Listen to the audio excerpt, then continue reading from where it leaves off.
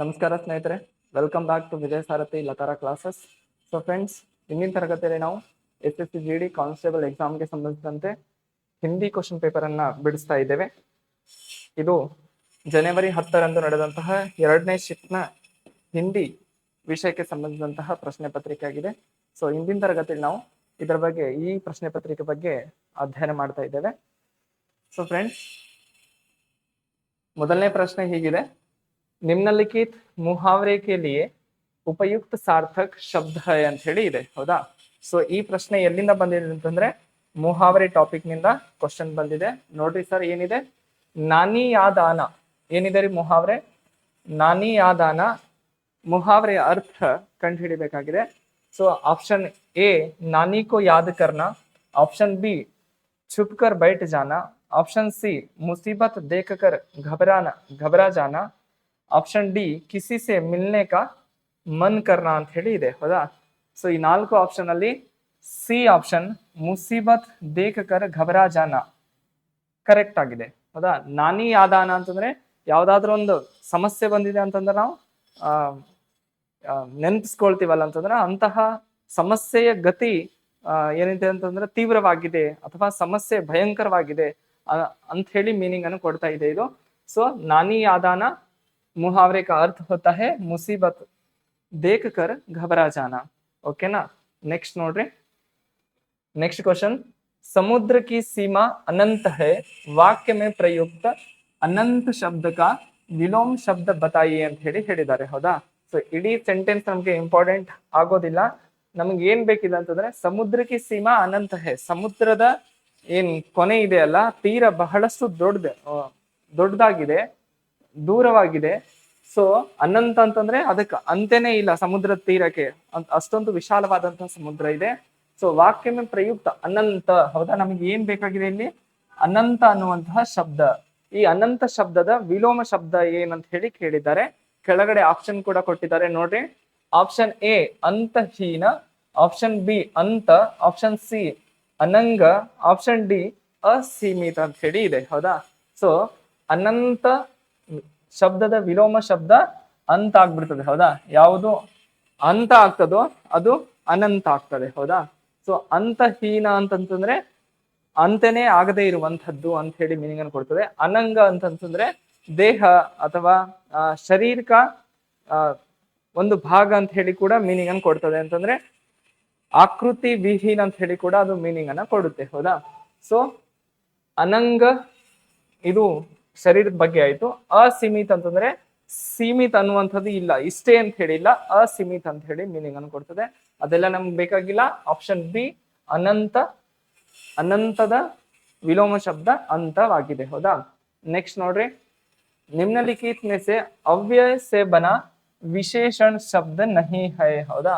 So ಇಲ್ಲಿ ಅವ್ಯಯ topic ನಿಂದ ಪ್ರಶ್ನೆಯನ್ನು ಕೇಳಿದ್ದಾರೆ. ಹೌದಾ? ಸೊ ಅವ್ಯಯ ಒಳಗ ಕ್ರಿಯಾ ವಿಶೇಷಣ ಈ ರೀತಿ ಬೇರೆ ಬೇರೆ ವಿಧಗಳು ಬರ್ತವೆ. ಆ ಅವ್ಯಯ ಟಾಪಿಕ್ ಚೆನ್ನಾಗಿ ಓದ್ದೇವೆ ಅಂತಂದ್ರೆ ಈ ಕ್ವಶನ್ ನಾವು ಸರಳವಾಗಿ ಬಿಡಿಸಬಹುದು. ನೋಡ್ರಿ, ನಿಮ್ನಲಿಖಿತ में से ಅವ್ಯಯ से बना ವಿಶೇಷಣ ಶಬ್ದ ನಹಿ, ಅವ್ಯಯನಿಂದ ಆಗಿರುವಂತಹ ಶಬ್ದ ಅಲ್ಲ ಅಂತ ಹೇಳಿ ಹೇಳ್ತಾ ಇದ್ದಾರೆ, ಶಬ್ದ ಅದ ಅಂತ ಹೇಳಿ ಹೇಳ್ತಾ ಇಲ್ಲ. ಹೌದಾ? ಸೊ ಇಲ್ಲಿ ನೋಡ್ರಿ, ಆಪ್ಷನ್ ಎ ಅಗಲ, ಆಪ್ಷನ್ ಬಿ ಬಹಾರಿ, ಆಪ್ಷನ್ ಸಿ ಪಿಛಲಾ, ಆಪ್ಷನ್ ಡಿ ಕೈಸಾ ಅಂತ ಹೇಳಿ ಇದೆ. ಹೌದಾ? ಸೊ ಅವ್ಯಯ ಅಂತಂತಂದ್ರೆ ಜೋ ವ್ಯಯ ನ ಹೋ ಅಂತಂದ್ರೆ ಬದಲಾವಣೆ ಆಗೋದಿಲ್ಲ, ಯಾವುದು ಬದಲಾವಣೆ ಆಗೋದಿಲ್ಲ ಅದನ್ನ ಅವ್ಯಯ ಅಂತ ಹೇಳಿ ಕರಿತೀವಿ. ಸೊ ಅಗಲ ಅಂತ ಹೇಳಿ ಅಂತಂದ್ರೆ ಕಾಲ ಆಗಿರಬಹುದು, ಲಿಂಗ ಆಗಿರಬಹುದು ಅಂತಂದ್ರೆ ಅವಿಕಾರಿ ಶಬ್ದ ಅಂತ ಹೇಳಿ ಹೇಳ್ತೀವಿ. ಅವಿಕಾರಿ ಶಬ್ದ ಅಂತಂದ್ರೆ ಅಲ್ಲಿ ಲಿಂಗ, ಸರ್ವನಾಮ, ಆಮೇಲೆ ಕ್ರಿಯಾ ವಿಶೇಷಣ ಈ ರೀತಿ ಬೇರೆ ಬೇರೆ ಎಲ್ಲ 4 ವಿಧಗಳು ಬರ್ತವೆ. ಸೊ ಅವುದರಲ್ಲಿ ಬದಲಾವಣೆ ಆಗದೆ ಇರುವಂತಹದ್ದನ್ನು ನಾವು ಅವ್ಯಯ ಅಂತ ಹೇಳಿ ಕರಿತೀವಿ. ಅದರಲ್ಲಿ ಕೈಸಾ ಏನಿದೆ ನೋಡ್ರಿ, ಇದು ಯಾವುದೇ ಕಾಲಕ್ಕೂ ಬದಲಾವಣೆ ಆಗೋದಿಲ್ಲ. ಸೊ ಹಾಗಾಗಿ ನಿಮ್ನಲಿಖಿತ में से ಅವ್ಯಯ से बना ವಿಶೇಷಣ ಶಬ್ದ ನಹಿ ಅಂತಂದ್ರೆ ಯಾವುದು ಅಲ್ಲ ಅಂತಂದ್ರೆ ಆಪ್ಷನ್ ಡಿ ಸರಿಯಾದಂತಹ ಉತ್ತರ. ಕೈಸಾ ಇಲ್ಲಿ ಏನಂತಂದ್ರೆ ವಿಶೇಷ ಶಬ್ದ ಅಲ್ಲ. ಹೌದಾ? ನೆಕ್ಸ್ಟ್ ಕ್ವಶನ್ ನೋಡ್ರಿ, आज विद्यालय में शिक्षिका ने अंताक्षरी खेलने को कहा. ಇದೊಂದು ಸೆಂಟೆನ್ಸ್ ಇದೆ. ಸೊ ವಾಕ್ಯ में ಅಶುದ್ಧಿ ವರ್ತನೆ ವಾಲ ಶಬ್ದ ಹೈ ಅಂತ ಹೇಳಿ ಹೇಳಿದ್ದಾರೆ. ಹೌದಾ? ವಾಕ್ಯ ಏನಿದೆ? आज विद्यालय में शिक्षिका ने ಅಂತಾಕ್ಷರಿ खेलने को कहा ಅಂತ ಹೇಳಿ ಇದೆ ಹೌದಾ. ಸೊ ಇದರಲ್ಲಿ ವರ್ತನೆ ಕಂಡು ಹಿಡಿಯಕ್ಕೆ ಹೇಳಿದ್ದಾರೆ. ಸೊ ಒಂದು ಶಬ್ದದಲ್ಲಿ ಒಂದು ಯಾವ್ದಾದ್ರು ಒಂದು ಅಕ್ಷರ ಮಿಸ್ಟೇಕ್ ಆಗಿದೆ, ಅದನ್ನ ನಾವು ಕಂಡು ಹಿಡಿಬೇಕಾಗಿದೆ. ನೋಡ್ರಿ ಸರ, ಆಪ್ಷನ್ ಎ ಶಿಕ್ಷಿಕಾ. ಶಿಕ್ಷಿಕಾ ಅಂತಂದ್ರೆ ಮಹಿಳೆ, ಮಹಿಳೆ ಟೀಚರ್ ಅಂತ ಹೇಳಿ ಏನು ಹೇಳ್ತೀವಲ್ಲ ಅದು ಶಿಕ್ಷಿಕಾ, ಆಪ್ಷನ್ ಎ. ಆಪ್ಷನ್ ಬಿ ವಿದ್ಯಾಲಯ. ಸೊ ವಿದ್ಯಾಲಯ ಈ ರೀತಿ ಕೂಡ ಬರಿತೀವಿ ನಾವು, ವಿದ್ಯಾಲಯ.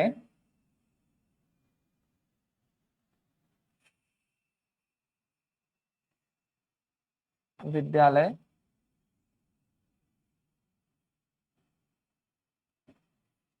ಸೊ ಇದು ವಿದ್ಯಾಲಯ ಈ ರೀತಿ ಕೂಡ ಬರಿಬಹುದು, ಅಥವಾ ಹಲಂತ ಕೊಟ್ಟು, ಇದನ್ನ ಹಲಂತ ಅಂತ ಹೇಳಿ ಕರಿತೀವಿ, ಹಲಂತ ಕೊಟ್ಟು ಕೂಡ ಬರ್ಕೊಳ್ಬಹುದು.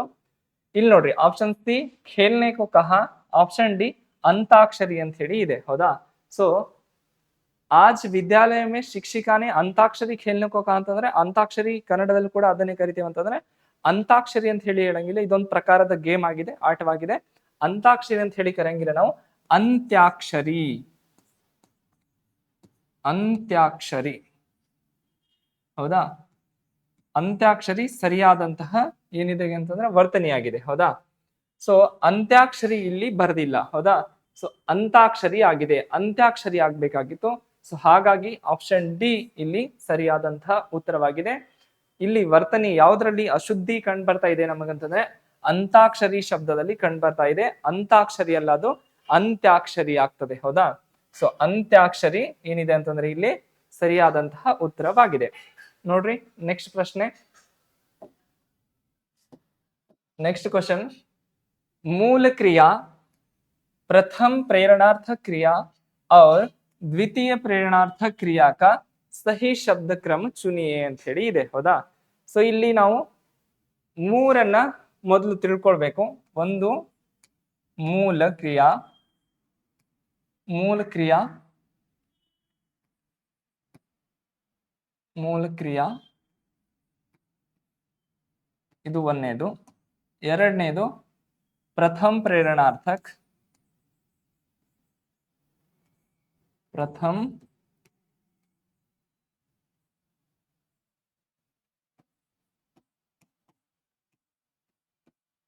ಪ್ರೇರಣಾರ್ಥಕ್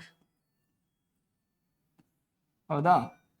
ನೆಕ್ಸ್ಟ್ ದ್ವಿತೀಯ ಪ್ರೇರಣಾರ್ಥಕ್.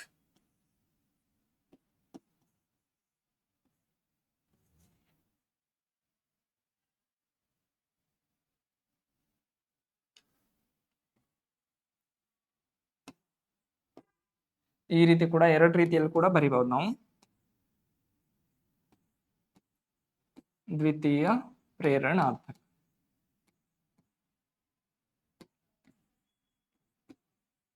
ಹೌದಾ. ಸೊ ಈ ಮೂರರ ಬಗ್ಗೆ ನಮ್ಗೆ ತಿಳಿದಿರ್ಬೇಕು. ಮೊದಲನೇದು ಮೂಲ ಕ್ರಿಯಾ ಹೌದಾ. ಮೂಲ ಕ್ರಿಯಾ ಅಂತಂದ್ರೆ ಇದು ಧಾತು. ಇದು ನಿಮ್ಗೆ ಡೀಟೇಲ್ ಕ್ಲಾಸ್ ನಲ್ಲಿ ಕೂಡ ಹೇಳ್ತೇನೆ. ಈ ಧಾತು ಅಂತಂದ್ರೆ ಮೂಲ ಕ್ರಿಯಾದಲ್ಲಿ ಧಾತು ಪಡ್, ಲಿಖ್, ರೋ, ಗಾ ಇವೆಲ್ಲ ಏನಾಗಿರ್ತಾವ ಅಂತಂದ್ರೆ ಮೂಲ ಧಾತುಗಳಾಗಿರ್ತವೆ. ಪ್ರಥಮ ಪ್ರೇರಣಾರ್ಥಕದಲ್ಲಿ ಏನಾಗಿರ್ತದೆ ಅಂತಂದ್ರೆ ಯಾರು ಕರ್ತ ಆಗಿರ್ತಾರೆ, जो करता होता है वह इसमें स्वयं कार्य करता है तथा दूसरे को प्रेरणा देता है ಅಂತ ಹೇಳಿ ಬರ್ತದದು ಹೌದಾ. ಸೊ ಯಾರು ಕರ್ತ ಆಗಿದ್ದಾರೋ ಅವರು ಇದರಲ್ಲಿ ಕೆಲಸ ಕೂಡ ಮಾಡ್ತಾರೆ ಅಂತಂದ್ರೆ ಕ್ರಿಯೆ ಮಾಡ್ತಾರೆ, ಜೊತೆಗೆ ಬೇರೆಯವರಿಗೆ ಪ್ರೇರಣೆಯನ್ನು ನೀಡ್ತಾರೆ. ಇಲ್ಲಿ ದ್ವಿತೀಯ ಪ್ರೇರಣಾರ್ಥ ಕ್ರಿಯಾ ಒಳಗೆ ಏನಾಗಿರ್ತದೆ ಅಂತಂದ್ರೆ ಕರ್ತ ಇರ್ತಾನಲ್ಲ ಸ್ವಯಂ ಅದರಲ್ಲಿ ಕ್ರಿಯೆಯನ್ನು ಮಾಡೋದಿಲ್ಲ, ಬದಲಾಗಿ ಬೇರೆಯವ್ರ ಕಡೆಯಿಂದ ಅದನ್ನ ಮಾಡಿಸ್ತಾನೆ. ಸೊ ಅದನ್ನೇ ನಾವು ದ್ವಿತೀಯ ಪ್ರೇರಣಾರ್ಥಕ ಅಂತ ಹೇಳಿ ಕರಿತೀವಿ. ಇಲ್ಲಿ ನೋಡಿ ಸರ, ಫಸ್ಟ್ ಆಪ್ಷನ್ ಎ ಬಜವಾನ, ಆಪ್ಷನ್ ಬಿ ಬಜಾನ, ಆಪ್ಷನ್ ಸಿ ಮೊದಲನೇ ಆಪ್ಷನ್ ನಲ್ಲಿಯೇ ಬಜವಾನ, ಭಜನ, ಬಜಾನ ಅಂತ ಹೇಳಿ ಇದೆ. ಆಪ್ಷನ್ ಬಿ ನಲ್ಲಿ ಕರಾನ, ಕರ್ಣ, ಕರ್ವಾನ ಅಂತ ಹೇಳಿ ಇದೆ. ಸೊ ಆಪ್ಷನ್ ಸಿ ನಲ್ಲಿ ಉಠನ, ಉಠಾನ, ಉಠವಾನ ಅಂತ ಹೇಳಿ ಇದೆ. ಸೊ ಆಪ್ಷನ್ ಡಿ ನಲ್ಲಿ ಸುನನ, ಸುನವಾನ ಜೊತೆಗೆ ಸುನಾನ ಅಂತ ಹೇಳಿ ಇದೆ ಹೌದಾ. ಸೊ ಇದ್ರ ಪ್ರಕಾರ ನಾವು ವರ್ಡ್ಸ್ ಅನ್ನ ಅರೇಂಜ್ ಮಾಡ್ಬೇಕು ಹೌದಾ. ಸೊ ಮೂಲ ಕ್ರಿಯಾ ಧಾತು ಎಲ್ಲಿದೆ ಅದನ್ನ ನೋಡ್ಬೇಕು ಹೌದಾ. ಸೊ ನಾನೇನಂದೆ ಉಠನ, ಪಡನ, ಇಲ್ಲಿ ಲಾಸ್ಟಿಗೆ ಆ ಬರ್ತಾ ಇದೆ ಹೌದಾ. ಎಲ್ಲದರಲ್ಲಿ ಆ ಬರ್ತಾ ಇದೆ, ಆದ್ರೆ ಮೂಲ ಧಾತುವನ್ನು ನೋಡ್ಬೇಕು. ರೋನ, ಹಸನ ಇಲ್ಲೇನ್ ಬರ್ತಾ ಇದ್ದಾವಲ್ಲ, ಸೊ ಇಲ್ಲಿ ಉಠನ ಅಂತ ಹೇಳಿ ಇದೆ ಅಲ್ಲ, ಸೊ ಇದು ಪ್ರಥಮವಾಗಿ ಬರಬೇಕು.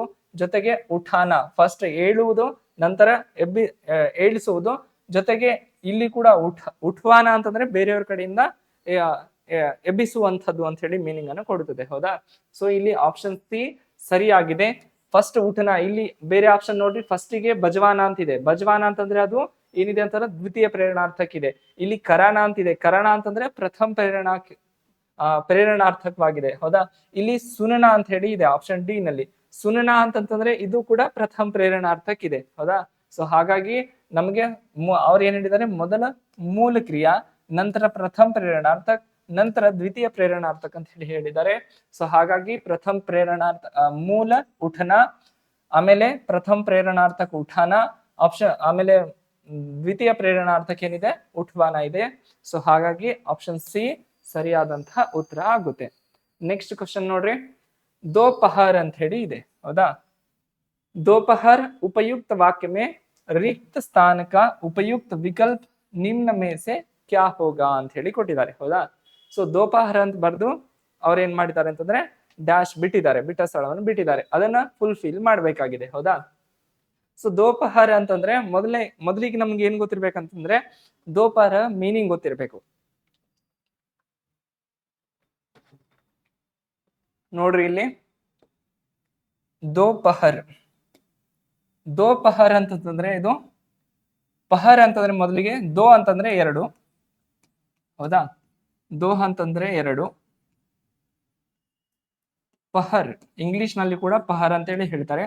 ಸೊ ಪಹರ್ ಅಂತಂದ್ರೆ ಸಮಯ ಅಥವಾ ಪ್ರಹಾರ ಅಂತ ಹೇಳಿ ಹೇಳಬಹುದು, ಅಥವಾ ಪ್ರಹಾರ್. ಹೌದಾ? ಸೊ ದೋ ಪಹಾರ್ ಅಂತ ಹೇಳಿ ಹೇಳ್ತೇವೆ. ಸೊ ಒಟ್ಟಾಗಿ ನಾವು ಪಹರ್ ಅಂತ ಹೇಳಿ ಹೇಳಿದೆವು ಅಂತಂದ್ರೆ ಎಷ್ಟು ಪಹರ್ಗಳಿದಾವೆ ಅಂತಂದ್ರೆ 8 ಪಹರ್ಗಳಿದ್ದಾವೆ. ಸೊ ಪ್ರತಿಯೊಂದು ಪಹರ್ನಲ್ಲಿ ಎಷ್ಟು ಗಂಟೆಗಳಿರ್ತವೆ ಅಂತಂದ್ರೆ 3 ಗಂಟೆಗಳಿರ್ತವೆ. 8 × 3 ಎಷ್ಟು ಅಂತಂದ್ರೆ 24. ಒಂದು ದಿನವನ್ನ 8 ಪಹರ್ಗಳಲ್ಲಿ ವಿಂಗಡಣೆ ಮಾಡಲಾಗಿದೆ. ಸೊ ಒಂದು ಪಹರ್ನಲ್ಲಿ ಎಷ್ಟು ಗಂಟೆಗಳಿರ್ತವೆ ಅಂತಂದ್ರೆ 3 ಗಂಟೆಗಳಿರ್ತವೆ. ಸೊ ಮೊದಲನೇ ಪಹರ್ ಯಾವ್ದಂತಂದ್ರೆ ಸೂರ್ಯೋದಯವಾದಾಗ ಏನ್ ಸೂರ್ಯೋದಯದ ಏನ್ 3 ಗಂಟೆ ಇದಾವಲ್ಲ, ಮೊದಲ 3 ಗಂಟೆ, ಅದು ಮೊದಲನೇ ಪಹರ್. ಹೌದಾ? ಸೊ ಇಲ್ಲಿ ಏನ್ ಕೇಳಿದ್ದಾರೆ ಅಂತಂದ್ರೆ ದೋಪಹರ್ ಅಂತ ಹೇಳಿ ಕೇಳಿದ್ದಾರೆ. ಸೂರ್ಯೋದಯ ಆದ ನಂತರ 2 ಪಹರ್ ಅಂತಂದ್ರೆ ಮಧ್ಯಾಹ್ನ, ಈ ಕಡೆ ಮುಂಜಾನೆಯ ಅಂತ್ಯ, ಮಧ್ಯಾಹ್ನದ ಆರಂಭ, ಆ ವೇಳೆಯನ್ನು ನಾವು ಏನ್ ಕರಿತೀವಿ ಅಂತಂದ್ರೆ ದೋಪಹರ್ ಅಂತ ಹೇಳಿ ಕರಿತೀವಿ. ಸೊ ಹಾಗಾಗಿ ದೋಪಹರ್ ಇಲ್ಲಿ ನೋಡ್ರಿ ಆಪ್ಷನ್ ಎ ನೋಡ್ರಿ, ಅರ್ಥ दोपहर का अर्थ होता है दो पहरों का संग्राम. ಸಂಗ್ರಾಮ ಅಂತಂದ್ರೆ ಏನ್ರಿ ಸರ? ಸಂಗ್ರಾಮ ಅಂತಂದ್ರೆ ಯುದ್ಧ ಅಂತ ಹೇಳಿ ಮೀನಿಂಗ್ ಅನ್ನು ಕೊಡ್ತದೆ. ಹೌದಾ? ಸೊ ಇದು ಯುದ್ಧ ಅಲ್ಲ. ಇಲ್ಲಿ ನೋಡ್ರಿ ನೆಕ್ಸ್ಟ್, दोपहर का अर्थ होता है दो पहरों का कदाचार. कदाचार ಅಂತಂದ್ರೆ ದುರ್ವರ್ತನೆ ಅಂತ ಹೇಳಿ ಮೀನಿಂಗ್ ಬರ್ತದೆ. ದುರ್ವರ್ತನೆ, ಇದು ದುರ್ವರ್ತನೆ. ಇಲ್ಲಿ ನೋಡ್ರಿ ಆಪ್ಷನ್ ಸಿ ನೋಡ್ರಿ, दोपहर का अर्थ होता है दो पहरों का समाहार. ಅಂತಂದ್ರೆ ಸಂಕಲನ, ಸಮಾಹಾರ ಅಂತಂದ್ರೆ ಸಂಕಲನ ಅಥವಾ ಜೋಡಿಸುವುದು ಅಂತ ಹೇಳಿ ಮೀನಿಂಗ್ ಅನ್ನ ಕೊಡ್ತದೆ. ಹೌದಾ? दो पहरों का संकलन. ಆಪ್ಷನ್ ಡಿ ನೋಡ್ರಿ, दोपहर का अर्थ होता है दो पहरों का अनाचार. ಅನಾಚಾರ ಅಂತಂದ್ರೆ ಇದು ಅನಾಚಾರ ಮೀನಿಂಗ್, ಕನ್ನಡದಲ್ಲಿ ಕೂಡ ಅನಾಚಾರ ಅಂತ ಹೇಳಿನೇ ಕರಿತೀವಿ ನಾವು. ಹೌದಾ? ಅನಾಚಾರ. ಸೊ ಸಂಕಲನ ನಾನೇನ್ ಹೇಳಿದೆ ನಿಮ್ಗೆ ಅಂತಂದ್ರೆ ಮುಂಜಾನೆಯ ಬೆಳಿಗ್ಗೆ ಅಂತಂದ್ರೆ ಸೂರ್ಯೋದಯದ ನಂತರ 2 ಪಹರಗಳು ಅಂತಂದ್ರೆ ಮುಂಜಾನೆಯ ಅಂತ್ಯ, ಮಧ್ಯಾಹ್ನದ ಆರಂಭ ಅಂತಂದ್ರೆ ಈ 2 ಸಮಯವನ್ನು ಕೂಡಿಸ್ತಾ ಇದೆ. ಅದನ್ನೇ ನಾವು ಏನಂತಂದ್ರೆ ದೋಪಹರ ಅಂತ ಕರಿತೀವಿ. ಸೊ ದೋಪಹರ್ ಕಾ ಸಹಿ ಯುಗ್ಮ ಯಹಾ ಪರ್, ಸಹಿ ಸೆಂಟೆನ್ಸ್ ಕ್ಯಾ ಹೈ ಯಹಾ ಪರ್? ಸಮಾಹಾರ್ ಅಂತಂದ್ರೆ ಆಪ್ಷನ್ ಸಿ ಸರಿಯಾದಂತಹ ಆಯ್ಕೆ ಆಗಿದೆ. ಓಕೆನಾ? ನೆಕ್ಸ್ಟ್ ಕ್ವಶನ್, जिसका खंडन ना हो सके ವಾಕ್ಯಾಂಶ के लिए ಉಚಿತ ಶಬ್ದ बताइए ಅಂತ ಹೇಳಿ ಹೇಳಿದ್ದಾರೆ. ಸೊ ಈ ಕ್ವಶನ್ ಯಾವ ಟಾಪಿಕ್ ನಿಂದ ಬಂದಿದೆ ಸರ್ ಅಂತಂದ್ರೆ ಅನೇಕ ಶಬ್ದ के लिए एक ಶಬ್ದ ಟಾಪಿಕ್ ನಿಂದ ಬಂದಿದೆ. ಹೌದಾ? ಸೊ ಆಪ್ಷನ್ ಎ ನೋಡ್ರಿ ಸರ್, ಖಂಡಿತ.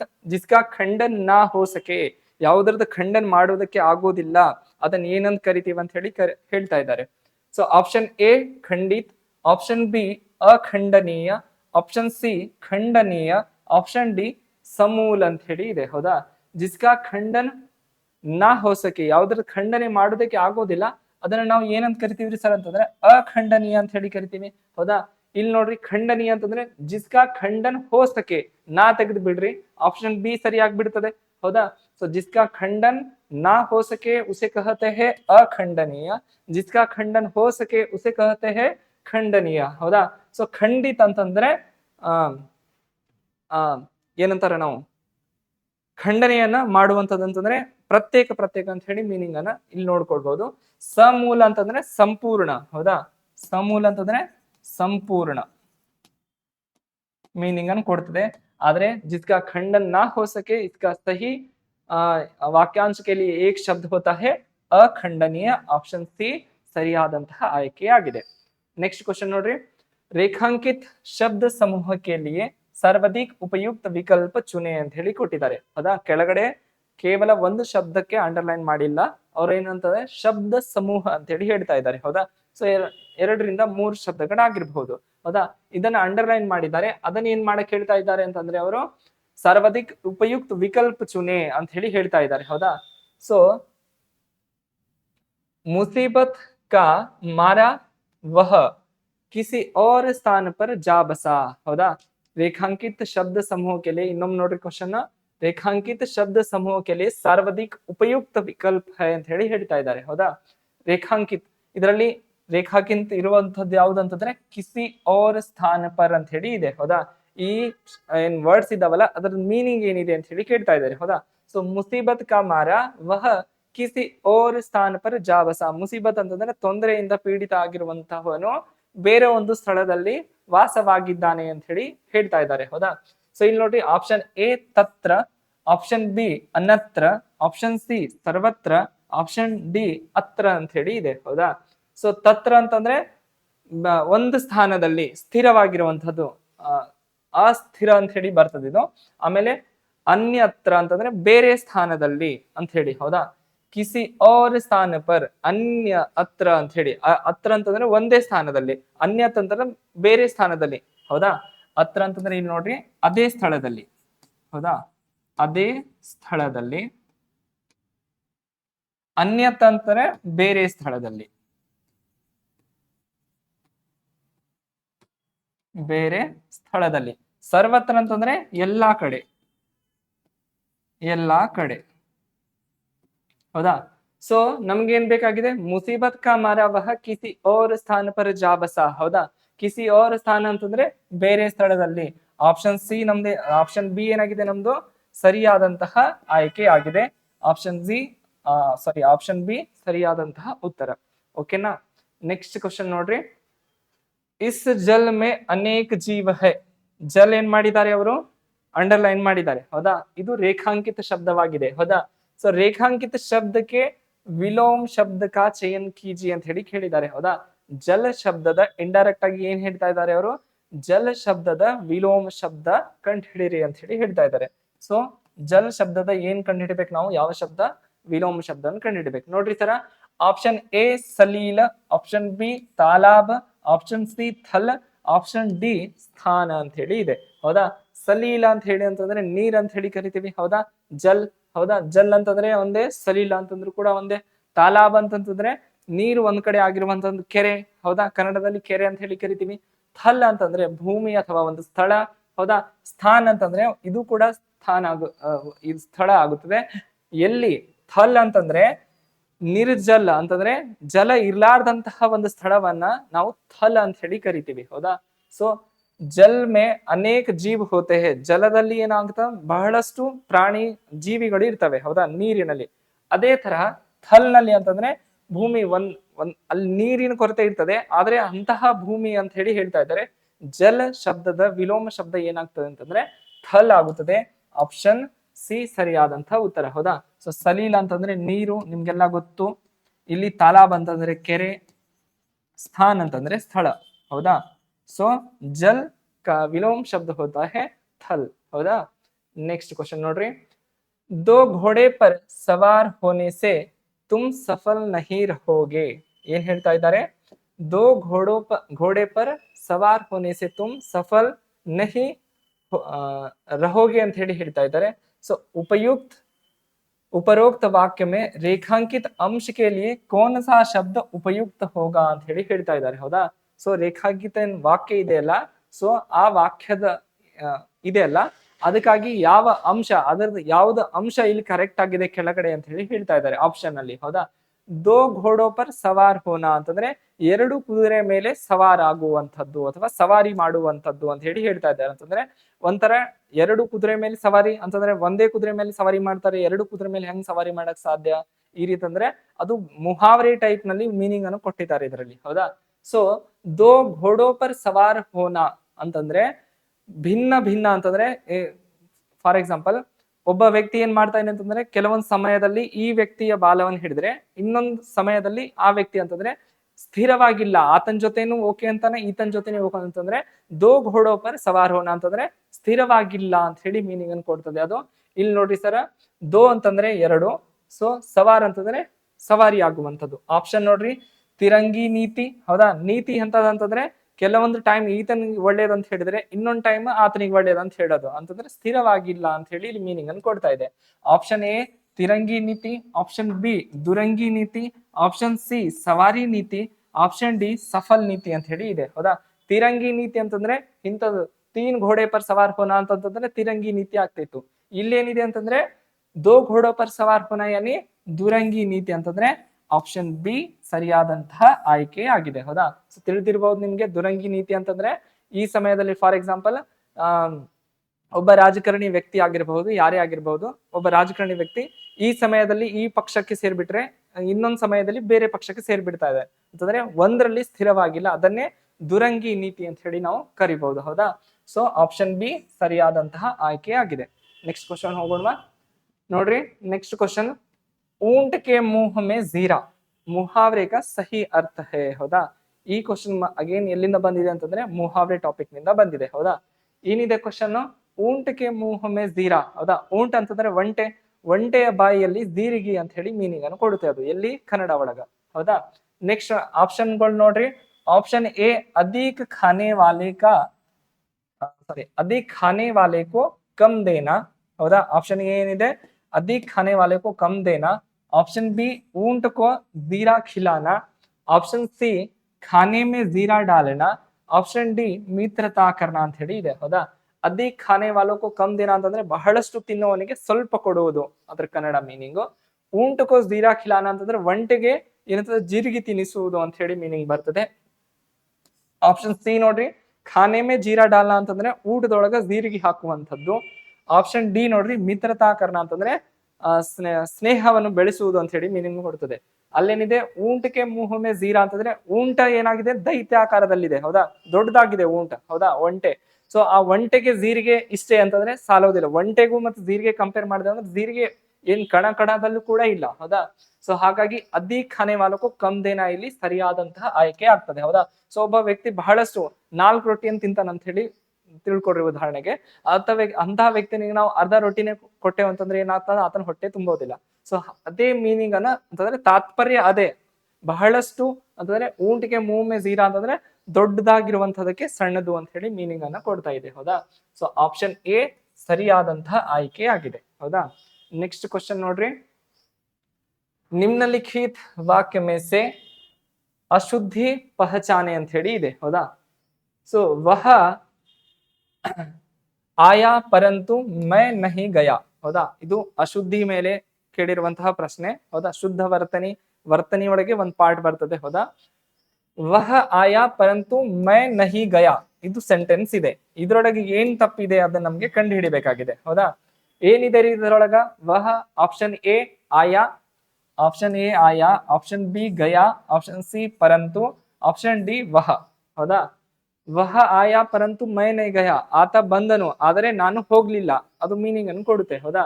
ಸೊ ಇಲ್ಲಿ ಆಯಾ ಕೂಡ ಕರೆಕ್ಟ್ ಇದೆ, ಗಯಾ ಕೂಡ ಕರೆಕ್ಟ್ ಇದೆ ಸ್ಪೆಲ್ಲಿಂಗ್, ವಹ ಕೂಡ ಕರೆಕ್ಟೇ ಇದೆ, ಪರಂತು ಕೂಡ ಕರೆಕ್ಟೇ ಕಾಣ್ತದೆ ನಿಮ್ಗೆ. ಆದ್ರೆ ಇದು ಕೇವಲ ರಸ್ವ ದೀರ್ಘ ಒಳಗೆ ಚೇಂಜಸ್ ಅನ್ನ ಕಂಡಿದೆ. ನೋಡ್ರಿ ಸರ, ಪರಂತು ತೂ ಏನಾಗ್ಬೇಕಾಗಿತ್ತು, ಇಲ್ಲಿ ರಸ್ವ ಆಗ್ಬೇಕಾಗಿತ್ತು. ಪರಂತು ಪರಂತು ಅಂತಂದ್ರೆ ಮೀನಿಂಗ್ ಏನಾಗುತ್ತೆ ರೀ ಸರ? ಪರಂತು ಅಂತಂದ್ರೆ ಆದರೆ ಅಂತ ಹೇಳಿ ಆಗ್ತದೆ. ಹೌದಾ? ಸೊ ಪರಂತು ಇಲ್ಲಿ ಈ ಭಾಗದೊಳಗ ತ್ರುಟಿ ಕಂಡು ಬರ್ತಾ ಇದೆ, ಈ ಭಾಗದೊಳಗೆ ನಮ್ಗೆ ಅಶುದ್ಧಿ ಕಂಡು ಬರ್ತಾ ಇದೆ. ಸೊ ಹಾಗಾಗಿ ಆಪ್ಷನ್ ಸಿ ಸರಿಯಾದಂತಹ ಆಯ್ಕೆಯಾಗಿದೆ. ಓಕೆನಾ? ನೋಡ್ರಿ नेक्स्ट क्वेश्चन, निम्नलिखित वाक्यांश के लिए उपयुक्त शब्द का चयन कीजिए अथवा विकल्पों में से चयन कीजिए ಅಂತ ಹೇಳಿ ಇದೆ. ಹೌದಾ? ಸೊ जिसने चित्त की किसी विषय में दिया हो, ಹೌದಾ?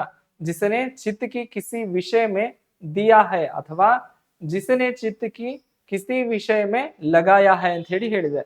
ಮೀನಿಂಗ್ ಅಂದಿದೆ. ಹೌದಾ? ಸೊ ವಾಕ್ಯಾಂಶಕ್ಕೆ ಇಲ್ಲಿ ಏಕ್ ಶಬ್ದ ಅಂತಂದ್ರೆ ಇದು ಅಗೇನ್ ಎಲ್ಲಿಂದ ಬಂದಿದೆ ಅಂತಂದ್ರೆ ಅನೇಕ ಶಬ್ದಕ್ಕೆ ಇಲ್ಲಿ ಏಕ್ ಶಬ್ದ ಟಾಪಿಕ್ ನಿಂದ ಬಂದಿರುವಂತಹ ಕ್ವಶನ್ ಇದಾಗಿದೆ. ಹೌದಾ? ನೋಡ್ರಿ ಸರ, ಏನಿದೆ ಜಿಸ್ನೆ ಚಿತ್ ಅಂತಂದ್ರೆ ಏನ್ರಿ ಸರ? ಮನಸ್ಸು, ಮನ ಅಂತ ಹೇಳಿ ಹೇಳ್ಬಹುದು. ಕಿಸಿ ವಿಷಯ ಮೇ ದಿಯಾ ಹೋ ಅಥವಾ ಲಗ್ಯಾವ. ಸೊ ಜಿಸ್ನೆ ಅಂತಂದ್ರೆ ಯಾರಾದ್ರೂ ಒಬ್ಬ ವ್ಯಕ್ತಿ ಅಥವಾ ವ್ಯಕ್ತಿ ಆಗಿರ್ಬಹುದು, ಆತ ತನ್ನ ಮನಸ್ಸನ್ನು ಯಾವ್ದಾದ್ರ ಒಂದು ವಿಷಯದಲ್ಲಿ ಅಂತಂದ್ರೆ ಕಾನ್ಸಂಟ್ರೇಷನ್ ಅನ್ನುವಂಥ ಮೀನಿಂಗ್ ಅನ್ನು ಕೊಡ್ತದೆ. ಹೌದಾ? ಏಕಾಗ್ರತೆ. ಹೌದಾ? ಜಿಸ್ನೆ ಚಿತ್ತಕ್ಕೆ ಕಿಸಿ ವಿಷಯ ಮೇಲೆ ಲಗಾಯ ಹೋ ಅಂತಂದ್ರೆ ಒಂದು ಓದೋದ್ರೊಳಗೆ ಫುಲ್ ಮನ್ಸ್ ಹಚ್ಬಿಟ್ಟಿದ್ದಾನೆ ಅಂತಂದ್ರೆ ಒಬ್ಬ ವ್ಯಕ್ತಿ ಅಂತಂದ್ರೆ ಅದು ಏಕಾಗ್ರತೆ ಆತಂದ. ಹೌದಾ?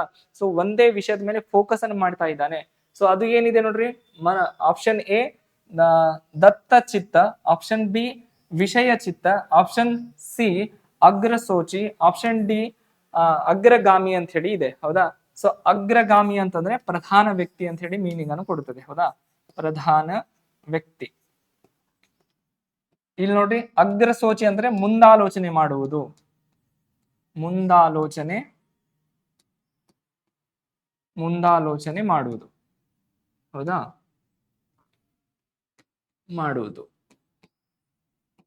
ಇಲ್ಲಿ ವಿಷಯ ಚಿತ್ತ ಅಂತಂದ್ರೆ ವಿಷಯದ ಮೇಲೆ ಮನಸ್ಸನ್ನು ಹರಿಸುವಂತದ್ದು ವಿಷಯ ಚಿತ್ತ ಅಂತ ಹೇಳಿ ಆಗುತ್ತೆ ಇದು ಮೀನಿಂಗ್. ಹೌದಾ? ಇನ್ನ ದತ್ತ ಚಿತ್ತ ಅಂತಂದ್ರೆ ಏಕಾಗ್ರತೆ ಅಂತ ಹೇಳಿ ಮೀನಿಂಗ್ ಅನ್ನು ಕೊಡುತ್ತೆ. ಏಕಾಗ್ರತೆ. ಹೌದಾ?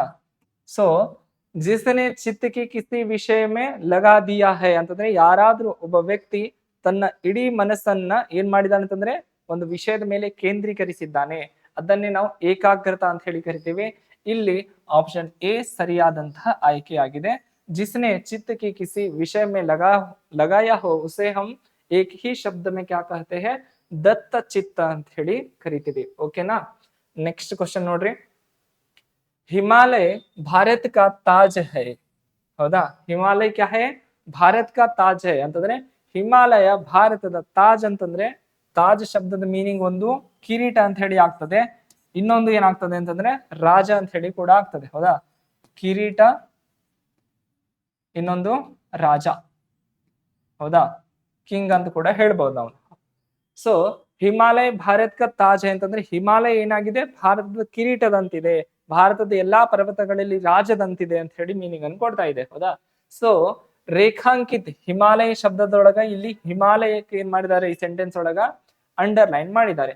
ಸೊ ರೇಖಾಂಕಿತ್ ಶಬ್ದಕ್ಕೆ ಉಚಿತ ಪರ್ಯಾಯವಾಚಿ ಶಬ್ದ ಕಾ ಚಯನ್ ಕೀಜಿಯೇ. ಹಿಮಾಲಯ ಶಬ್ದದ ಪರ್ಯಾಯವಾಚಿ ಶಬ್ದ ಏನಿದೆ ಅಂತ ಹೇಳಿ ಕೇಳ್ತಾ ಇದ್ದಾರೆ. ಹೌದಾ? ಸೊ ಇಲ್ಲಿ ನೋಡಿ, ಆಪ್ಷನ್ ಎ ನಲ್ಲಿ ಏನ್ ಕೊಟ್ಟಿದ್ದಾರೆ ಅವರು? ಪ್ರಭಾ ಅಂತ ಹೇಳಿ ಕೊಟ್ಟಿದ್ದಾರೆ. ಆಪ್ಷನ್ ಬಿ ಗಿರಿರಾಜ, ಆಪ್ಷನ್ ಸಿ ಮದನ, ಆಪ್ಷನ್ ಡಿ ಆಸವ ಅಂತ ಹೇಳಿ ಕೊಟ್ಟಿದ್ದಾರೆ. ಹೌದಾ? ಸೊ ಪ್ರಭಾವ ಅಂತಂದ್ರೆ ಕಿರಣ ಮೀನಿಂಗ್ ಆಗ್ತದೆ. ಹೌದಾ? ಸೊ ಕಿರಣ, ಪ್ರಭಾ ಅಂತಂದ್ರೆ ಕಿರಣ, ಗಿರಿರಾಜ ಅಂತಂದ್ರೆ ಗಿರಿಗಳ ರಾಜ, ಗಿರಿ ಅಂತಂದ್ರೆ ಪರ್ವತ. ಹೌದಾ? ಆ ಪರ್ವತಗಳ ರಾಜ ಯಾರು? ಹಿಮಾಲಯ. ಹೌದಾ? ಸೊ ಇಲ್ಲಿ ಆಪ್ಷನ್ ಬಿ ಸರಿಯಾದಂತಹ ಆಯ್ಕೆಯಾಗಿದೆ. ಮದನ ಅಂತಂದ್ರೆ ಕಾಮದೇವ ಅಂತ ಹೇಳಿ ಮೀನಿಂಗ್ ಬರ್ತದೆ, ಕಾಮದೇವ. ಸೊ ನಮ್ಗೆ ಏನ್ ಬೇಕಾಗಿದೆ ಇದರಲ್ಲಿ?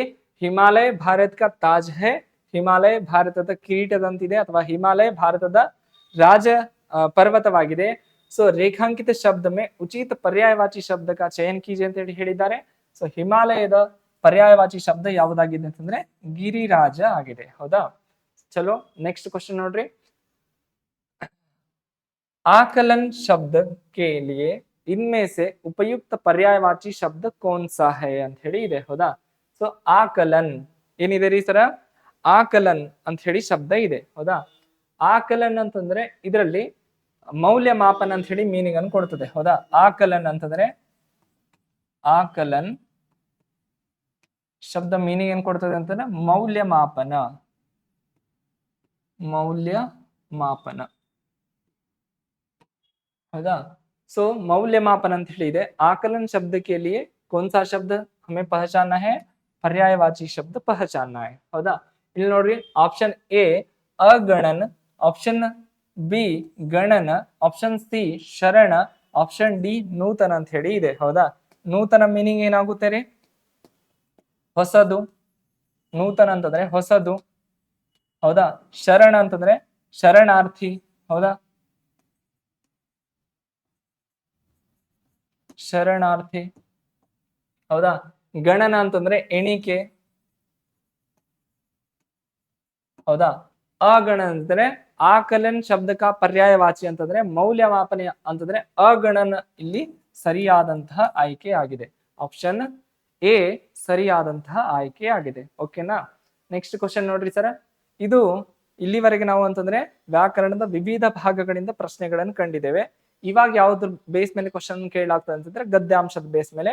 ಸೊ ಗದ್ಯಾಂಶದಲ್ಲಿ 5 ಕ್ವಶನ್ ಇರ್ತವೆ, ನಿಮ್ಗೆಲ್ಲ ಗೊತ್ತಿರುವಂತದ್ದು. 5 ಕ್ವಶನ್ ಎಷ್ಟು ಮಾರ್ಕ್ಸ್ ಅನ್ನು ಕ್ಯಾರಿ ಮಾಡ್ತವೆ ಅಂತಂದ್ರೆ 2 अंकವನ್ನು ಕ್ಯಾರಿ ಮಾಡ್ತವೆ. ಓಕೆನಾ. ಇಲ್ಲಿ ನೋಡ್ರಿ, निम्न गद्यांश में से कुछ शब्दों को हटा दिया गया है. गद्यांश के नीचे पूछे गए प्रश्नों में इन रिक्त स्थानों के लिए उपयुक्त शब्द का चयन ವಿಕಲ್ಪೋ ಸೆ ಕೀಜಿಯೆ ಅಂತ ಹೇಳಿ ಕೊಟ್ಟಿದ್ದಾರೆ. ಹೌದಾ. ಸೊ ಕೆಳಗಡೆ ಗದ್ಯಾಂಶ ಕೂಡ ಕೊಟ್ಟಿದ್ದಾರೆ. ಗದ್ಯಾಂಶ ಕೊಟ್ಟು ಕೆಲವೊಂದು ಸ್ಥಳಗಳಲ್ಲಿ ಶಬ್ದಗಳನ್ನು ತೆಗೆದು ಏನ್ ಮಾಡಿದ್ದಾರೆ, ಬಿಟ್ಟ ಸ್ಥಳ ಮಾಡಿದ್ದಾರೆ. ಆ ಶಬ್ದ ಬಿಟ್ಟ ಸ್ಥಳ ತುಂಬಲು ನಮ್ಗೆ ಏನ್ ಮಾಡಿದ್ದಾರೆ ಅಂತಂದ್ರೆ ವಿಕಲ್ಪಗಳನ್ನ, ಆಯ್ಕೆಗಳನ್ನು ಕೂಡ ಕೊಟ್ಟಿದ್ದಾರೆ ಪ್ರಶ್ನೆಗಳಲ್ಲಿ. ಅವುಗಳನ್ನು ತುಂಬುವುದರ ಮುಖಾಂತರ ಇದನ್ನು ಫುಲ್ಫಿಲ್ ಮಾಡ್ರಿ ಅಂತ ಹೇಳಿ ಹೇಳ್ತಾ ಇದ್ದಾರೆ. ನೋಡ್ರಿ ಸರ, ಗದ್ಯಾಂಶ ಓದೋಣವಾ. गद्यांश नोड्री, राष्ट्र के डैश विकास के लिए चरित्र निर्माण पर परम आवश्यक है. जिस प्रकार वर्तमान में भौतिक निर्माण का कार्य अनेक योजनाओं के माध्यम से तीव्र गति के साथ संपन्न हो रहा है, वैसे ही वर्तमान की सबसे बड़ी आवश्यकता यह है कि देशवासियों के चरित्र निर्माण के लिए प्रयत्न किया जाए. उत्तम चरित्रवान व्यक्ति ही डैश की सर्वोच्च संपदा है. जनतंत्र के लिए तो यह एक महान डैश योजना है. सो जन समाज में राष्ट्र, संस्कृति, डैश एवं परिवार के प्रति हमारे क्या कर्तव्य है, इसका पूर्ण रूप से बोध करना एवं राष्ट्र में व्याप्त समग्र भ्रष्टाचार के प्रति निषेधात्मक वातावरण का निर्माण करना ही चरित्र निर्माण का प्रथम डैश है ಅಂತ ಹೇಳಿ ಕೊಟ್ಟಿದ್ದಾರೆ. ಹೌದಾ. ಸೊ ಇದು ರಾಷ್ಟ್ರ ನಿರ್ಮಾಣಕ್ಕೆ ಅಂತಂದ್ರೆ ಯಾವುದರ ಬೇಸ್ ಮೇಲೆ ಇದೆ ಇದು ಗದ್ಯಾಂಶ ಅಂತಂದ್ರೆ ರಾಷ್ಟ್ರ ನಿರ್ಮಾಣದ ಬೇಸ್ ಮೇಲೆ ಇದೆ. ಹೌದಾ. ಸೊ ಇಲ್ಲಿ ನೋಡ್ರಿ ಕ್ವಶನ್ 16th ಕ್ವಶನ್ ಇದ್ರ ಮೇಲೆ ಏನ್ ಕೇಳಿದ್ದಾರೆ ಅಂತಂದ್ರೆ राष्ट्र के डैश के विकास के लिए चरित्र निर्माण परम आवश्यक है ಅಂತ ಹೇಳಿ ಕೊಟ್ಟಿದ್ದಾರೆ. ಹೌದಾ. ರಾಷ್ಟ್ರ ನಿರ್ಮಾಣ ಮಾಡುವುದರಲ್ಲಿ ಅಥವಾ ರಾಷ್ಟ್ರದ ವಿಕಾಸ ಮಾಡುವುದರೊಳಗ ಚರಿತ್ರ ನಿರ್ಮಾಣ ಬಹಳಷ್ಟು ಅವಶ್ಯಕವಾಗಿದೆ ಅಂತ ಹೇಳಿ ಹೇಳ್ತಾ ಇದ್ದಾರೆ. ಹೌದಾ. ಸೊ ರಾಷ್ಟ್ರದ ಎಂತ ಅಭಿವೃದ್ಧಿ ಆಗ್ಬೇಕು ಅಂತಂದ್ರೆ ಇಲ್ಲಿ ನೋಡಿ ಆಪ್ಷನ್ ಒಳಗ ಆಪ್ಷನ್ ಎ ಸಭಿ, ಆಪ್ಷನ್ ಬಿ ಪೂರೆ. ಹೌದಾ. ಇಲ್ಲಿ ಕೆಳಗಡೆ ನಿಮ್ಗೆ ಆಪ್ಷನ್ ಕಾಣ್ಲಿಕ್ಕಿಲ್ಲ, ನೋಡ್ಕೊಡ್ರಿ, ನೋಟ್ ಮಾಡ್ಕೊಡ್ರಿ. ಆಪ್ಷನ್ ಎ ಸಭಿ, ಆಪ್ಷನ್ ಬಿ ಪೂರೆ, ಆಪ್ಷನ್ ಸಿ ಅಧಿಕ್, ಆಪ್ಷನ್ ಡಿ ಸಾರ್ವಾಂಗೀಣ ಅಂತ ಹೇಳಿ ಇದೆ. ಹೌದಾ. ಆಪ್ಷನ್ ಡಿ ಏನಿದೆ ರೀ ಸರ? ಸಾರ್ವಾಂಗೀಣ. ಸಾರ್ವಾಂಗೀಣ ಅಂದ್ರೆ ಕನ್ನಡದಲ್ಲಿ ಸರ್ವಾಂಗೀಣ ಅಂತ ಹೇಳಿನೇ ಮೀನಿಂಗ್ ಅನ್ನು ಬರುತ್ತೆ. ಅದು ಸರ್ವಾಂಗೀಣ ಅಭಿವೃದ್ಧಿ ಅಂತ ಹೇಳಿ ಹೇಳ್ತೀವಿ. ಸೊ ಇಲ್ಲಿ ನೋಡ್ರಿ, ರಾಷ್ಟ್ರಕ್ಕೆ डैश विकास के लिए चरित्र निर्माण का परम आवश्यक है ಅಂತ ಹೇಳಿ ಇದೆ. ರಾಷ್ಟ್ರಕ್ಕೆ ಅಂತಂದ್ರೆ ಸಂಪೂರ್ಣ ರಾಷ್ಟ್ರದ ಅಭಿವೃದ್ಧಿ ಆಗ್ಬೇಕಂತಂದ್ರೆ ಚರಿತ್ರೆಯ ನಿರ್ಮಾಣ ಬಹಳಷ್ಟು ಮಹತ್ವದ್ದಾಗಿದೆ ಅಥವಾ ಇಂಪಾರ್ಟೆಂಟ್ ಆಗಿದೆ ಅಂತ ಹೇಳಿ ಹೇಳ್ತಾ ಇದ್ದಾರೆ, ಅವಶ್ಯಕವಾಗಿದೆ. ಸೊ ರಾಷ್ಟ್ರಕ್ಕೆ ಸರ್ವಾಂಗೀಣ ವಿಕಾಸ್ ಕೆ ಲಿಯೆ ಇಲ್ಲಿ ಏನ್ ಬರಬೇಕು ಅಂತಂದ್ರೆ ಸರ್ವಾಂಗೀಣ ಶಬ್ದ ಉಚಿತವಾಗಿದೆ. ಹೌದಾ. ರಾಷ್ಟ್ರಕ್ಕೆ ಸರ್ವಾಂಗೀಣ ವಿಕಾಸ್ ಕೆ ಲಿಯೆ ಚರಿತ್ರ ನಿರ್ಮಾಣ ಪರಮ ಅವಶ್ಯಕ ಹೈ ಅಂತಂದ್ರೆ ರಾಷ್ಟ್ರದ ಸರ್ವಾಂಗೀಣ ಅಭಿವೃದ್ಧಿ ಆಗ್ಬೇಕಂತಂದ್ರೆ ಚಾರಿತ್ರ್ಯ ನಿರ್ಮಾಣ ಮಾಡುವಂಥದ್ದು ಬಹಳಷ್ಟು ಅವಶ್ಯಕವಾಗಿದೆ ಅಂತ ಹೇಳಿ ಹೇಳ್ತಾ ಇದ್ದಾರೆ. ಹೌದಾ. ನೆಕ್ಸ್ಟ್ ಕ್ವಶನ್ ನೋಡ್ರಿ, ರಾಷ್ಟ್ರಕ್ಕೆ ಸರ್ವಾಂಗೀಣ ವಿಕಾಸ್ ಕೆ ಲಿಯೆ ಚರಿತ್ರ ನಿರ್ಮಾಣ ಪರಮ ಅವಶ್ಯಕ ಹೈ ಜಿಸ್ ಪ್ರಕಾರ, ಯಾವ ಪ್ರಕಾರದಲ್ಲಿ ಅಂತಂದ್ರೆ वर्तमान में भौतिक निर्माण का कार्य अनेक योजनाओं के माध्यम से तीव्र गति के साथ संपन्न हो रहा है ಅಂತಂದ್ರೆ ಯಾವ ಪ್ರಕಾರದಲ್ಲಿ ಅಂತಂದ್ರೆ ವರ್ತಮಾನದಲ್ಲಿ ಪ್ರಸ್ತುತ ಹೆಂಗ್ ಏನಾಗ್ತಾ ಇದೆ ಅಂತಂದ್ರೆ ಭೌತಿಕ ನಿರ್ಮಾಣ ಮಾಡುವುದರ ಜೊತೆಗೆ ಏನ್ ಮಾಡ್ತಾ ಇದೆ ಅಂತಂದ್ರೆ ಬೇರೆ ಬೇರೆ ಯೋಜನೆಗಳನ್ನು ಹಾಕೋದ್ರ ಮುಖಾಂತರ ದೇಶದ ಅಭಿವೃದ್ಧಿ ಆಗ್ತಾ ಇದೆ. सो वैसे ही अदे रीति वर्तमान की सबसे बड़ी आवश्यकता यह है कि देशवासियों के चरित्र निर्माण के लिए भी प्रयत्न किया जाए. ಅದೇ ರೀತಿ ಏನ್ ಮಾಡ್ಬೇಕಾಗಿದೆ ಅಂತಂದ್ರೆ ದೇಶವಾಸಿ ಅಂತಂದ್ರೆ ಪ್ರಜೆಗಳ ಏನ್ ಮಾಡ್ಬೇಕಾಗಿದೆ ಅಂತಂದ್ರೆ ಸರ್ವಾಂಗೀಣ ಅಭಿವೃದ್ಧಿ. ಈ ಪ್ರೆಸೆಂಟ್ ಏನ್ ಮಾಡ್ಬೇಕಾಗಿದೆ ಅಂತಂದ್ರೆ ಪ್ರಜೆಗಳ ಕಲ್ಯಾಣ ಮಾಡ್ಬೇಕಾಗಿದೆ. ಪ್ರಜೆಗಳಿಗೆ ಏನ್ ಮಾಡ್ಬೇಕಾಗಿದೆ ಅಂತಂದ್ರೆ ಅವರ ಚರಿತ್ರೆಯನ್ನ ನಿರ್ಮಾಣ ಮಾಡ್ಬೇಕಾಗಿದೆ. ಸೊ ಚರಿತ್ರೆ ನಿರ್ಮಾಣ ಮಾಡಿ ಅವರ ಚಾರಿತ್ರ್ಯವನ್ನು ನಿರ್ಮಾಣ ಮಾಡಿದೆ ಅಂತಂದ್ರೆ ಏನಾಗ್ತದೆ ಅಂತಂದ್ರೆ ರಾಷ್ಟ್ರ ನಿರ್ಮಾಣ ತಂತಾನೆ ಆಗ್ತದೆ ಅಂತ ಹೇಳಿ ಅವ್ರು ಹೇಳ್ತಾ ಇದ್ದಾರೆ. ಇಲ್ಲಿ ನೋಡ್ರಿ ನೆಕ್ಸ್ಟ್, उत्तम चरित्रवान व्यक्ति ही डैश की सर्वोच्च संपदा है. सो ऑप्शन ಇಲ್ಲಿ ನೋಡ್ರಿ, ಆಪ್ಷನ್ ಎ ರಾಜ್ಯ, ಆಪ್ಷನ್ ಬಿ ಮೊಹಲ್ಲೆ, ಆಪ್ಷನ್ ಸಿ ರಾಷ್ಟ್ರ, ಆಪ್ಷನ್ ಡಿ ಪ್ರದೇಶ ಅಂತ ಹೇಳಿ ಇದೆ. ಹೌದಾ, ಇಲ್ಲಿ ನಾವು ಯಾವ್ದ್ರ ಬಗ್ಗೆ ಮಾತಾಡ್ತಾ ಇದ್ದೀವ್ರಿ ಈ ಸೆಂಟೆನ್ಸ್ ಈ ಗದ್ಯಾಂಶದಲ್ಲಿ ಅಂತಂದ್ರೆ ದೇಶದ ಬಗ್ಗೆ ಮಾತಾಡ್ತಾ ಇದ್ದಾವೆ. ಸೊ ಉತ್ತಮ ಚರಿತ್ರವಾನ್ ವ್ಯಕ್ತಿ ಹಿ ರಾಷ್ಟ್ರಕ್ಕೆ ಆಪ್ಷನ್ ಸಿ ಸರಿಯಾಗಿದೆ. ಉತ್ತಮ ಚರಿತ್ರವಾನ್ ವ್ಯಕ್ತಿ ಹಿ ರಾಷ್ಟ್ರಕ್ಕೆ ಸರ್ವೋಚ್ಚ ಸಂಪದ ಅಂತಂದ್ರೆ ಯಾವ ವ್ಯಕ್ತಿ ಚಾರಿತ್ರ್ಯ ಉಳ್ಳವನಾಗಿದ್ದಾನೆ, ಸಚ್ಚಾರಿತ್ರ್ಯವನ್ನು ಹೊಂದಿದ್ದಾನೆ, ಅಂತಹ ವ್ಯಕ್ತಿ ಏನಾಗಿದ್ದಾನೆ ಅಂತಂದ್ರೆ ದೇಶದ ಅತಿ ದೊಡ್ಡ ಸಂಪತ್ತಿಯಾಗಿದ್ದಾನೆ ಅಂತ ಹೇಳಿ ಹೇಳ್ತಾ ಇದ್ದಾರೆ. ಹೌದಾ, ಸೊ ಉತ್ತಮ ಚರಿತ್ರವಾನ್ ವ್ಯಕ್ತಿ ಹಿ ರಾಷ್ಟ್ರಕ್ಕೆ ಸರ್ವೋತ್ತಮ ಸಂಪदा है. ಸಂಪದ ಅಂತಂದ್ರೆ ಸಂಪತ್ತಿ. ಹೌದಾ, ಸೊ ಜನತಂತ್ರ के लिए तो यह एक महान डैश योजना है. ಜನತಂತ್ರ ಅಂದ್ರೆ ಪ್ರಜಾಪ್ರಭುತ್ವ. ಸೊ ಪ್ರಜಾಪ್ರಭುತ್ವಕ್ಕಾಗಿ ಇದೊಂದು ಡ್ಯಾಶ್ ಯೋಜನೆ ಆಗಿದೆ ಅಂತ ಹೇಳಿ ಹೇಳ್ತಾ ಇದ್ದಾರೆ. ಹೌದಾ, ನೆಕ್ಸ್ಟ್ ಕ್ವಶನ್ ನೋಡ್ರಿ. ಅದೇ ನೆಕ್ಸ್ಟ್ ಕ್ವಶನ್ ಏನಿದೆ ಅಂತಂದ್ರೆ ಜನತಂತ್ರ के लिए तो यह एक महान डैश योजना है ಅಂತ ಹೇಳಿ ಇದೆ. ಹೌದಾ, ಸೊ ಆಪ್ಷನ್ ಎ ಹಿತಕಾರಿ, ಆಪ್ಷನ್ ಬಿ ಲಾಭಕಾರಿ, ಆಪ್ಷನ್ ಸಿ ಕಲ್ಯಾಣಕಾರಿ, ಆಪ್ಷನ್ ಡಿ ಮನೋಹಾರಿ ಅಂತ ಹೇಳಿ ಇದೆ. ಹೌದಾ, ಸೊ ಇಲ್ಲಿ ಕಲ್ಯಾಣಕಾರಿ ಸರಿಯಾದಂತಹ ಆಯ್ಕೆಯಾಗಿದೆ. ಹೌದಾ, ಸೊ कल्याणकारी. इलेनित्री राष्ट्र के सर्वांगीण विकास के लिए चरित्र निर्माण परम आवश्यक है. जिस प्रकार वर्तमान में भौतिक निर्माण का कार्य अनेक योजनाओं के माध्यम से तीव्र गति के साथ संपन्न हो रहा है, वैसे ही वर्तमान की सबसे बड़ी आवश्यकता यह है कि देशवासियों के चरित्र निर्माण के लिए भी प्रयत्न किया जाए. उत्तम चरित्रवान व्यक्ति ही डैश की सर्वोच्च संपदा ಅಂತಂದ್ರೆ राष्ट्र की सर्वोच्च संपदा है. जनतंत्र के लिए तो यह एक महान कल्याणकारी योजना है. ಹೌದಾ, ಸೊ ಉತ್ತಮ ಚರಿತ್ರೆ ಉಳ್ಳುವಂತಹ ವ್ಯಕ್ತಿ ಏನಾಗಿದ್ದಾನೆ ಅಂತಂದ್ರೆ ದೇಶದ ಅತಿ ದೊಡ್ಡ ಸಂಪತ್ತಿಯಾಗಿದ್ದಾನೆ. ಜೊತೆಗೆ ಪ್ರಜಾಪ್ರಭುತ್ವ ವ್ಯವಸ್ಥೆಯಲ್ಲಿ ಪ್ರಜಾಪ್ರಭುತ್ವದಲ್ಲಿ ಕಲ್ಯಾಣಕಾರಿ ಯೋಜನೆ ಹಮ್ಮಿಕೊಳ್ಳುವುದರ ಮುಖಾಂತರ ಏನ್ ಮಾಡ್ಬೇಕಾಗಿದೆ ಅಂತಂದ್ರೆ ದೇಶದ ಹಾಗೂ ದೇಶದ ಪ್ರಜೆಗಳ ಸರ್ವಾಂಗೀಣ ಅಭಿವೃದ್ಧಿಯನ್ನು ಮಾಡಬೇಕಾಗಿದೆ ಅಂತ ಹೇಳಿ ಹೇಳಲಾಗ್ತಾ ಇದೆ. ಓಕೆನಾ, ಇಲ್ಲಿ ಆಪ್ಷನ್ ಸಿ ಸರಿಯಾದಂತಹ ಆಯ್ಕೆಯಾಗಿದೆ. ನೆಕ್ಸ್ಟ್ ಕ್ವಶನ್ ನೋಡ್ರಿ. नेक्स्ट क्वेश्चन ಏನಿದೆ ಅಂತಂದ್ರೆ ಇದು ಅಂತಂದ್ರೆ राष्ट्र के सर्वांगीण विकास के लिए चरित्र निर्माण का परम आवश्यक है. जिस प्रकार वर्तमान में भौतिक निर्माण का कार्य अनेक योजनाओं के माध्यम से तीव्र गति के साथ संकलन हो रहा है, वैसे ही वर्तमान की सबसे बड़ी आवश्यकता यह है कि देशवासियों के चरित्र निर्माण के लिए भी प्रयत्न किया जाए. सो उत्तम चरित्रवान व्यक्ति ही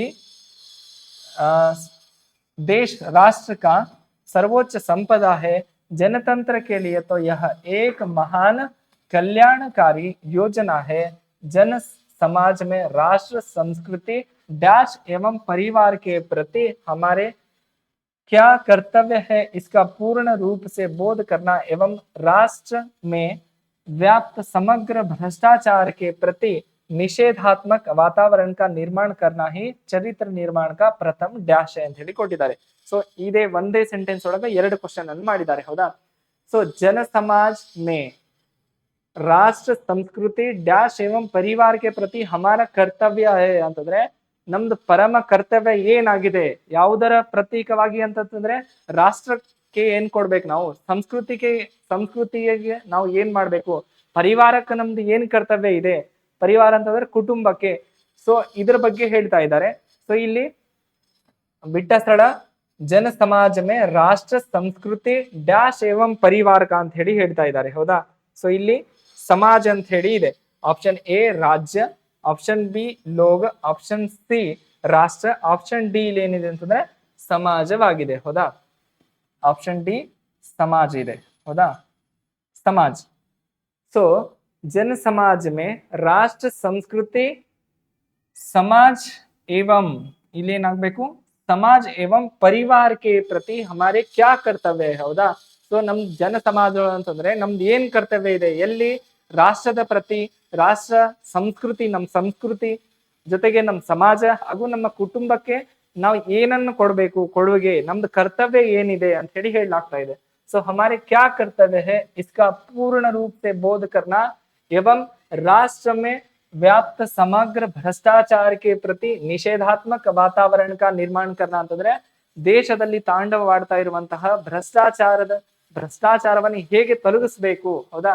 ಸೊ ನಿಷೇಧಾತ್ಮಕ ವಾತಾವರಣ ಅಂತಂದ್ರೆ ಭ್ರಷ್ಟಾಚಾರವೇ ಇಲ್ಲ ಅಂತಹ ರಾಷ್ಟ್ರವನ್ನು ಹೇಗೆ ನಿರ್ಮಾಣ ಮಾಡ್ಬೇಕಂತ ಹೇಳಿ ಹೇಳ್ತಾ ಇದೆ.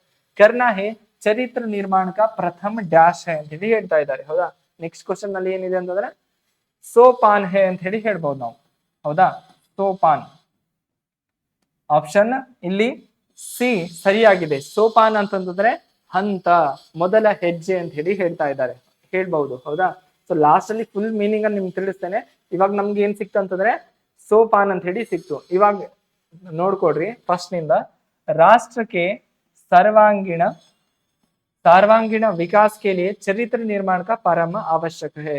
ಒಂದು ರಾಷ್ಟ್ರ ಸರ್ವಾಂಗೀಣ ಅಭಿವೃದ್ಧಿಯನ್ನು ಹೊಂದಬೇಕಂತಂದ್ರೆ ಚರಿತ್ರ ನಿರ್ಮಾಣ ಅಂತಂದ್ರೆ ಅಕ್ಷರ ನಿರ್ಮಾಣ ಬಹಳಷ್ಟು ಇಂಪಾರ್ಟೆಂಟ್ ಆಗಿದೆ. ಸೊ ಎಲ್ಲರನ್ನ ವಿದ್ಯಾವಂತರನ್ನಾಗಿ ಮಾಡಬೇಕು ಅಂತ ಹೇಳಿ ಮೀನಿಂಗ್ ಅನ್ನು ಕೊಡುತ್ತೆ ಅದು. ಸೊ जिस प्रकार वर्तमान में भौतिक निर्माण का कार्य योजनाओं के माध्यम से तीव्र गति के साथ संपन्न हो रहा है ಅಂತಂದ್ರೆ ಸೊ ಪ್ರಸ್ತುತ ವರ್ತಮಾನದೊಳಗೆ ಏನಾಗ್ತಾ ಇದೆ ಅಂತಂದ್ರೆ ಭೌತಿಕ ನಿರ್ಮಾಣ ಅಂತಂದ್ರೆ ಕಟ್ಟಡಗಳನ್ನು ಕಟ್ಟುವಂತದ್ದಾಗಬಹುದು, ಅಂತಂದ್ರೆ ಅಭಿವೃದ್ಧಿ ಹೆಸರಲ್ಲಿ ಬೇರೆ ಬೇರೆ ಎಲ್ಲಾ ಕರ್ತವ್ಯಗಳು ನಡೀತಾ ಇದಾವೆ, ಕೆಲಸಗಳು ನಡೀತಾ ಇದಾವೆ.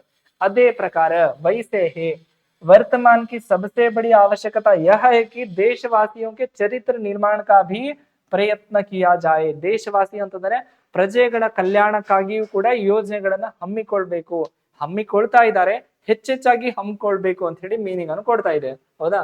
ಸೊ ಉತ್ತಮ ಚರಿತ್ರವಾನ್ ವ್ಯಕ್ತಿ ಹಿ ರಾಷ್ಟ್ರ ಕಿ ಸರ್ವೋಚ್ಚ ಸಂಪದ ಅಂತಂದ್ರೆ ಉತ್ತಮ ಚಾರಿತ್ರ್ಯವನ್ನು ಉಳ್ಳಂತಹ ವ್ಯಕ್ತಿ ಏನಾಗಿದ್ದಾನೆ ಅಂತಂದ್ರೆ ದೇಶದ ಅತಿ ದೊಡ್ಡ ಸಂಪತ್ತಿಯಾಗಿದ್ದಾನೆ. ಹೌದಾ? ಸೊ ಫಾರ್ ಎಕ್ಸಾಂಪಲ್ ಅಂಬೇಡ್ಕರ್ ಆಗಿರಬಹುದು, ಆಮೇಲೆ ವಿಶ್ವೇಶ್ವರಯ್ಯ ಆಗಿರಬಹುದು, ಅಂತಂದ್ರೆ ಉತ್ತಮ ಚಾರಿತ್ರ್ಯ ಉಳ್ಳವಂತಹ ವ್ಯಕ್ತಿ ಅವ್ರೇನಾಗಿದ್ರು ಅಂತಂದ್ರೆ ಒಂದು ದೇಶದ ಸಂಪತ್ತಿ ಆಗಿದ್ರು ಅಂತ ಹೇಳಿ ನಾವು ಮೀನಿಂಗ್ ಅನ್ನು ಕೊಡ್ಬಹುದು. ಜನತಂತ್ರ ಕೆ ಲಿಯೆ ತೋ ಯಹ ಏಕ್ ಮಹಾನ್ ಕಲ್ಯಾಣಕಾರಿ ಯೋಜನಾ ಹೇ. ಹೌದಾ? ಜನತಂತ್ರ ಅಂದ್ರೆ ಪ್ರಜಾಪ್ರಭುತ್ವದೊಳಗ ಈ ಚಾರಿತ್ರ್ಯ ನಿರ್ಮಾಣವು ಅನ್ನುವಂಥದ್ದು ಏನಾಗಿದೆ ಅಂತಂದ್ರೆ ಕಲ್ಯಾಣಕಾರಿ ಯೋಜನೆ ಆಗಿದೆ ಅಂತ ಹೇಳಿ ಹೇಳ್ತಾ ಇದ್ದಾರೆ.